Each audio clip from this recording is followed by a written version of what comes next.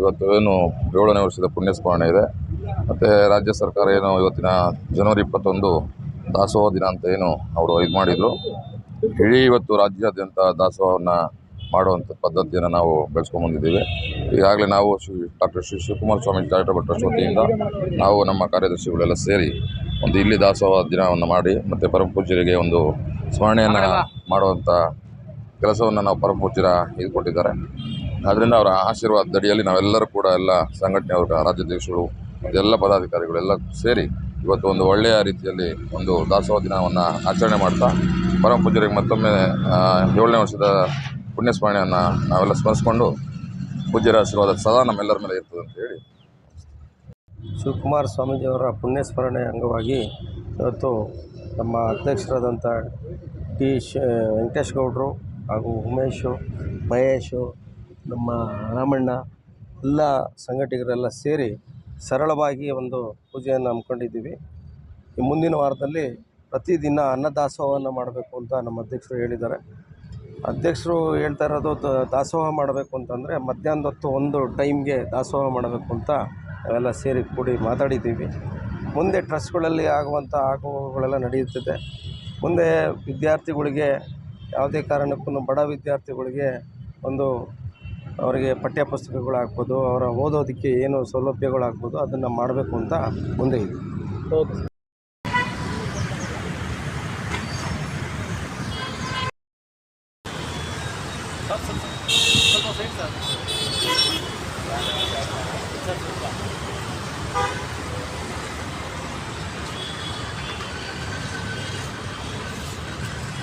Sir ಸ್ವಲ್ಪ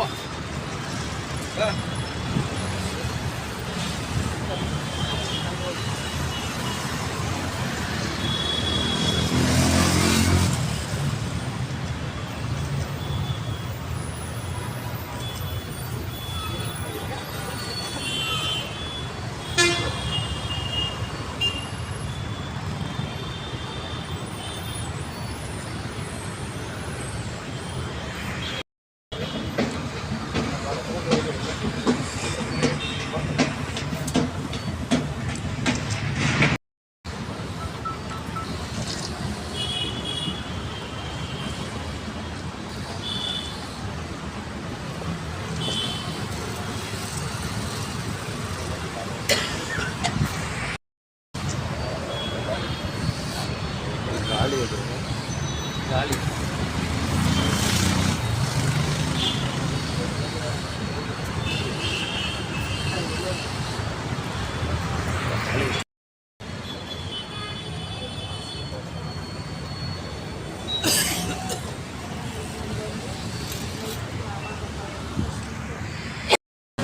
ಮಾಡಿ ಮಾಡಿ ಮುಂದೆ ನೋಡಿ, ಅಲ್ಲಿ ಹಾಕೊಂಡು ನೋಡಿ, ದೇವ್ರು ನೋಡಿ.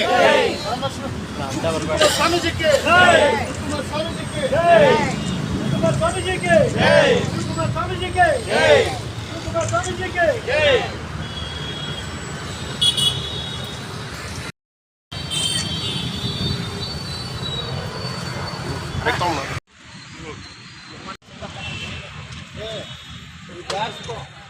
ಇದೇನು ನೀರು ಕೊಡ್ತಿದ್ದು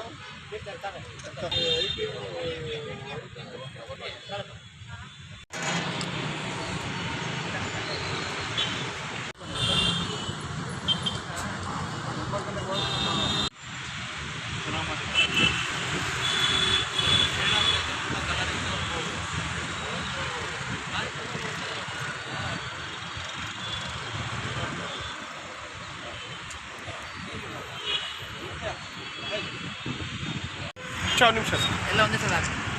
ಹಾಂ ಸರ್, ಮಾಡಿ ಮಾಡಿ ಮುಂದೆ ನೋಡಿ, ಅಲ್ಲಿ ಹಾಕೊಂಡು ನೋಡಿ, ದೇವ್ರು ನೋಡಿ. ಸ್ವಾಮೀಜಿಗೆ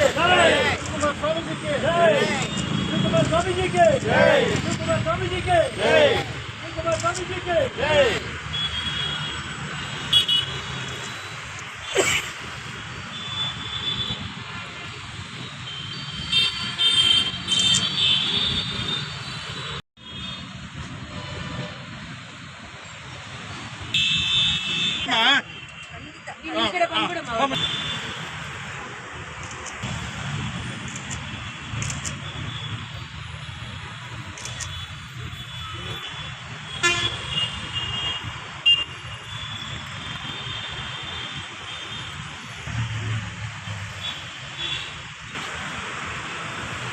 ಶಿವಶಂಕರ್ ಸರ್.